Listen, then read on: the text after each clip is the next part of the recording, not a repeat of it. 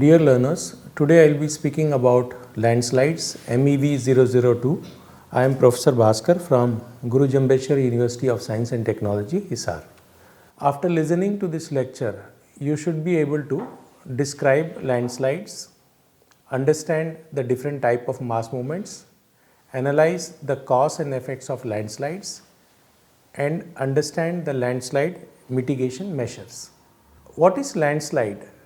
It is downward movement of slope material, rock forming materials like rock, soil, artificial fill, or a combination of these which can result in landslide. And how they can fall? These materials can move by falling, toppling, sliding, spreading, or flowing. Landslides or mass wasting is the downslope movement of regolith due to gravity without the help of geological agents such as water, ice or wind. It is important, learners, to note that this movement is due to gravity alone. There are contributory factors which can be soil saturation due to rainfall or seepage or even human activity like vegetation removal, construction of roads or buildings, or in some cases even natural hazards like earthquakes and volcanoes can cause these landslides. Now, because landslides are simply more than slides and can also occur under the sea, it is better to term them as mass movements. This is a broader term and appreciated than using landslides. Mass wasting is a part of a continuum of the erosional process between weathering and stream transport.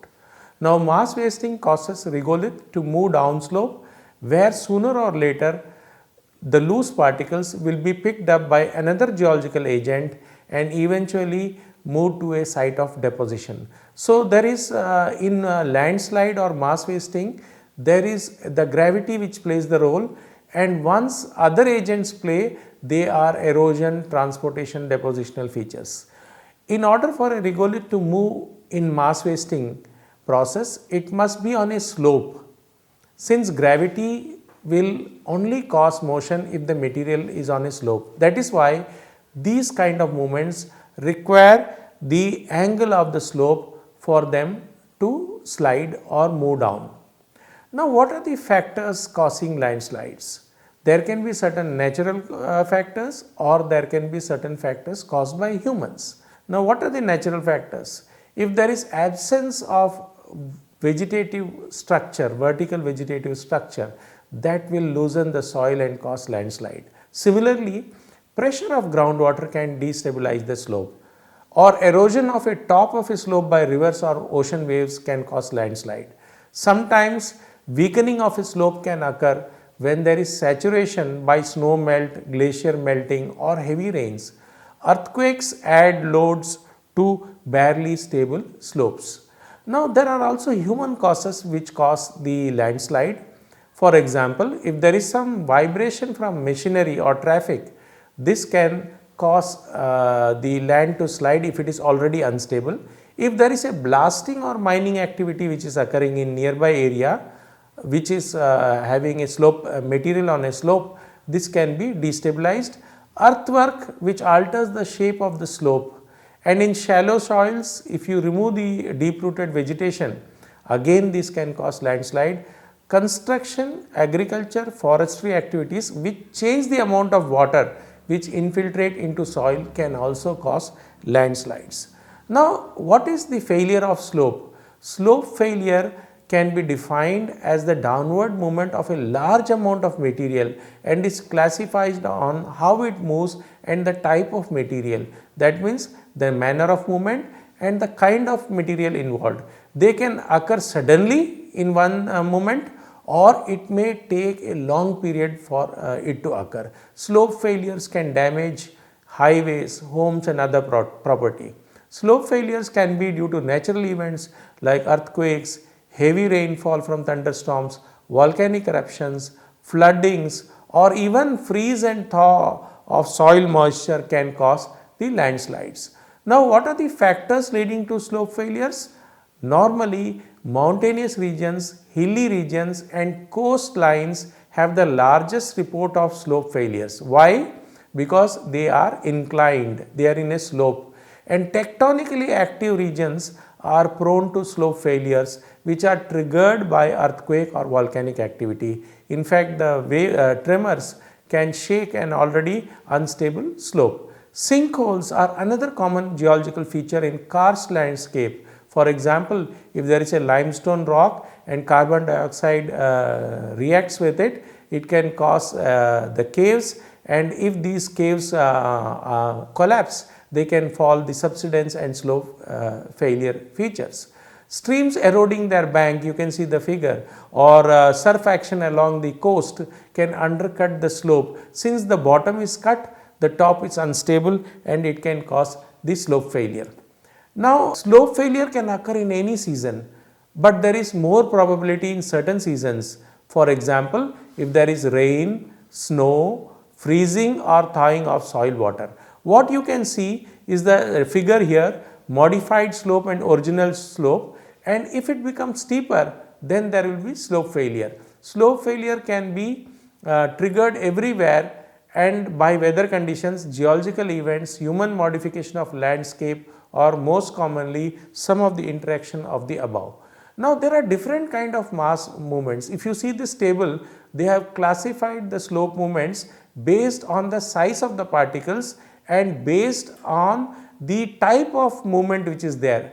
Rock fall, for example, if it is a fall, it can be rock fall, debris fall or earth fall. When you call rock fall, it is the core, very coarse. Debris is coarse particles, and predominantly fine are the earth fall. Rock topple, debris slide, earth slide. Similarly, you can have translational movement, rock slide, debris slide, earth slide. You can also have flows. Flows means water is mixing, rock flow, debris flow, earth flow. In some cases, there can be complex movement where there are one or more type of movements which are joined together, and there can be lateral spreads to rock spread, debris spread and earth spread. The only difference is if it is debris or earth spread, it is the size of the particles which is involved, and the nature of fall is also taken into account. Now, mass movement down the slope fall into three broad categories. Fall means they fall through the air and land at the base of a slope. Slide means they move along a flat or curved underlying surface. Flow means it flows. It occurs as a plastic or liquid movements from water saturation. The speed of these mass movements can vary from very slow movements to extremely fast, moving well over 100 miles per hour.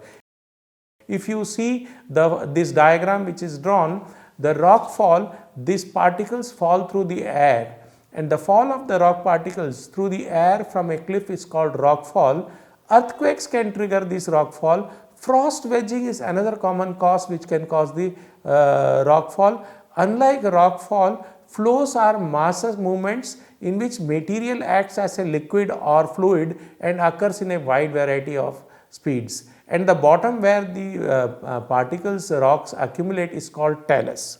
Now, you can see rock and debris slide.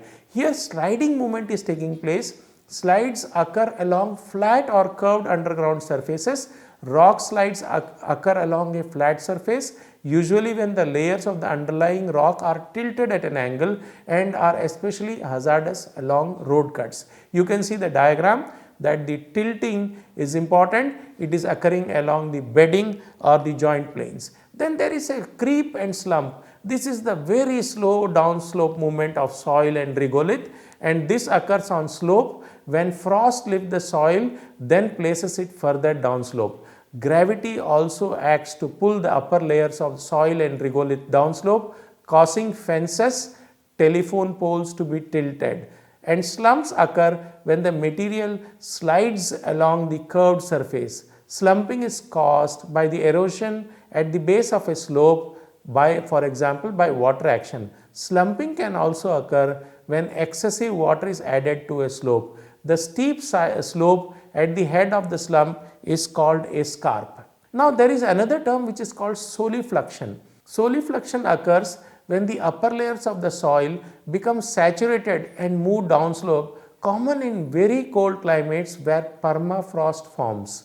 During summer, the upper layers of the permafrost melts, saturating the ground, causing solifluction lobes. Mud flows are again flows, mixtures of water and soil up to 30% water, and occur where water has become saturated with soil to the point that soil has become liquid. They occur after forest fires have denuded the vegetation and occur around construction sites. Then there is debris flow, which is the coarse particles. A debris flow is a very rapid downslope movement of rock debris and regolith. They often start as slumps or slides but become debris flow as the material mixes with more air and more water. Debris flow gain their rapid speed because they actually ride on a cushion of air as they flow downslope as confirmed by experimental observation. A debris avalanche is an extremely rapid downward movement of rock debris, regolith and soil, more common in areas with steep slope. The term avalanche is generally applied to any type of fast moving downward material, but it is associated with steeper slopes than debris flows. Now, what are the factors that affect mass movement? There are two factors which combine to cause the mass movement. One is the driving force that promotes the movement, other is the opposite one, the resisting force that deter the movement.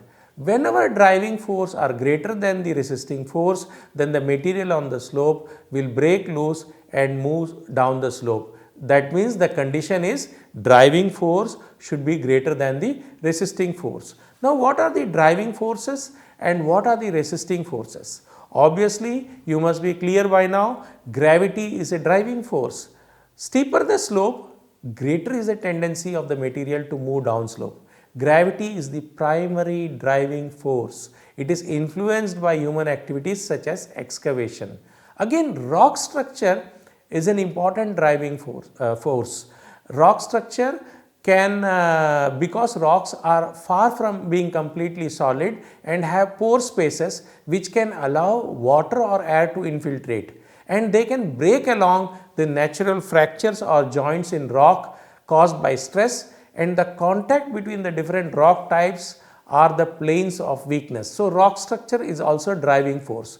Water is also a driving force, but in certain cases its role is complex. Water, what it does as a driving force, it increases the weight of the slope material by filling previously empty pores and fractures and promotes mass movement. Water decreases the strength of the rock or sediment by reducing cohesion among the particles. Water can also infiltrate pore space, then freeze, that is freeze and thaw movement, frost heaving, break the rocks apart. Water can create shrink swell clays, which are common hazard in the construction of building foundations. What are the resisting force? Water can also act as a resisting force in certain cases. In the sediments pore spaces that are not completely filled, a thin film of water actually makes the particles stick together due to cohesion. Cohesion is the ability of the particles to attract and hold each other together. So, you are seeing water, if it is in excess amounts, it becomes a driving force. If it is in very less amount, it will be a resisting force. Now, what are the factors that affect the stability of particles on a slope? The angle of repose is the maximum angle on the slope to which a sediment can be piled. There are some factors which determine this. One is the particle size. Larger the particle size, they maintain a steeper slope than smaller particle size. Particle shape, particles with angular edges can have steeper slope than one with rounded edges. Particle sorting, poorly sorted particles have all sizes represented. They can have steeper slope because the smaller particles can fill the space between the larger particles. Particle moisture, particles with some water can have steeper slope than particles with no or too much water. Particle packing will also affect the stability of the slope, and packing describes the arrangement of particles in the sediments. Now, can the mass movements be predicted? Slopes are considered unstable only if they are composed of rocks that can be easily dissolved, such as limestone. Slopes are also considered unstable if the layers of the rocks are tilted rather than horizontal. Slopes that are constantly waterlogged or highly saturated are considered unstable. Some clues to look for are springs along the slope, areas of soggy ground, and standing pool of water. Now, what are the clues that indicate an old slump? Hummocky ground at the base of a slope. Sometimes you find trees that are different in age, young occur in the slump itself, and older tree grows outside the slump. Sometimes the fence lines may be displaced. Then there is increased rate of soil creep may be indicated by downslope tilting of trees and vegetation growing on the slope. This suggests a rapid creep rate which is occurring. Now, there is relationship between landslide and water. You are clear by now. Slope saturation by water is the primary cause of landslide. This will occur in the form of intense rainfall, snow melt, changes in groundwater level, water level changes along coastline, earth dams, and the banks of lakes, reservoirs, canals, or rivers. That means water and landslides are strongly interlinked. Landsliding and flooding are closely related because both are related to precipitation, runoff, and the saturation of groundwater. Landslides can cause overtopping of the reservoirs or can have cause the reduced capacity of the reservoir to store water. Now, landslides and seismic activity are also interrelated. The occurrence of earthquake in steep landslide prone areas greatly increases the likelihood that landslides will occur due to ground shaking. Widespread rock falls are also caused by loosening of rocks as a result of ground shaking. Now, landslides and volcanic activity are also interrelated. Volcanic lava, which being hot, can melt snow at a rapid rate, causing a deluge of rock, soil, ash, and water that accelerates rapidly on the steep slope of volcanoes, devastating anything in its path. These volcanic debris flows, they are also known as lahars, reach great distances and can damage structures in flat areas surrounding the volcanoes. Landslide can cause effect on buildings. For example, the buildings can be damaged because of this. Now, landslides and plant life are interrelated. This is a new subject area called landslide ecology. Landslide can affect plant life and ecology, as any kind of plant life in the slides will get washed down with the slide. The steeper the slope, the more likely the slide will occur. What are the precursor events before the occurrence of landslides? What are the indicators? Springs or saturated grounds that are normally wet are not so. Water breaks through ground surface in new locations. New cracks or bulges in the ground can be a prediction to landslide. If the concrete foundations crack or move, a landslide perhaps can occur. When the poles, trees, or fences begin to lean, a slide may be on its way. Doors or windows begin to stick together or jam. New cracks begin to appear in plaster, tile, brick, or foundations. Outside walls, walkways, or stair begin to pull away from the building. Cracks can begin to widen on the ground or paved areas such as street. An underground utility line begins to break. These are the signals that something is occurring for the landslide. Now, how can we prevent and mitigate the mass movements? Vulnerability to landslide hazard is a function of location, type of human activity, use, and frequency of landslide event. The effects of landslide on people and structure can be reduced by total avoidance of landslide hazard areas or restricting, prohibiting, or imposing conditions on hazard zone activities. Landslide effect can be reduced through proper land use planning, policies, and regulations by the local government. Now, the hazard from the slides can be reduced by avoiding construction on steep slopes and existing landslide, or we can stabilize the slopes.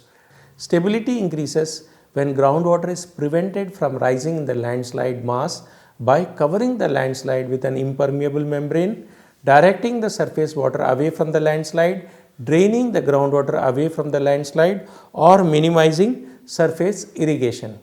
Now, some mitigation measures are, we know the causes, so we have to remove the causes of this. Primarily, we should avoid building in an area which is prone to mass movement, but this is not always possible because of increasing populations. Slopes should be drained and could be achieved by intercepted drains that can be built at the top of the slope to channel water away.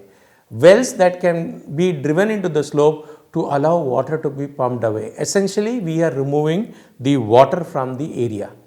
Then perforated pipes can be driven into slope to capture water and drain it away by gravity. Again, we can see water is removed. Some mitigation measures are summarized. Slope reduction. The steepness of the slope can be manually decreased by construction. Concrete coating can be applied to the slope to seal the slope and prevent water from infiltrating, also to prevent frost wedging. Retaining walls can be constructed at the base of slope. Rock bolts can be drilled into tilting rock layers to prevent them from slipping. Structures can be built in areas prone to mass movement. A more popular one is the use of cable net and wire fences to catch rocks and debris from tumbling down into highways and neighborhoods. Now, intercept ditches can be built to catch any falling debris and prevent it from rolling onto road. Rock sheds and tunnels can be built, and avalanche sheds can be built in areas prone to snow avalanches. Now, summary of this, after listening, you must have understood the different type of landslides, what are the flows, what are the slides, and what are the rock falls, the different types, then what are the driving forces and resisting forces, and analyze the cause and effects of landslide. And if you have understood the cause and effect of landslide, you will learn to mitigate the landslide measures which I have explained in the previous slides. Thank you very much for the patient listening.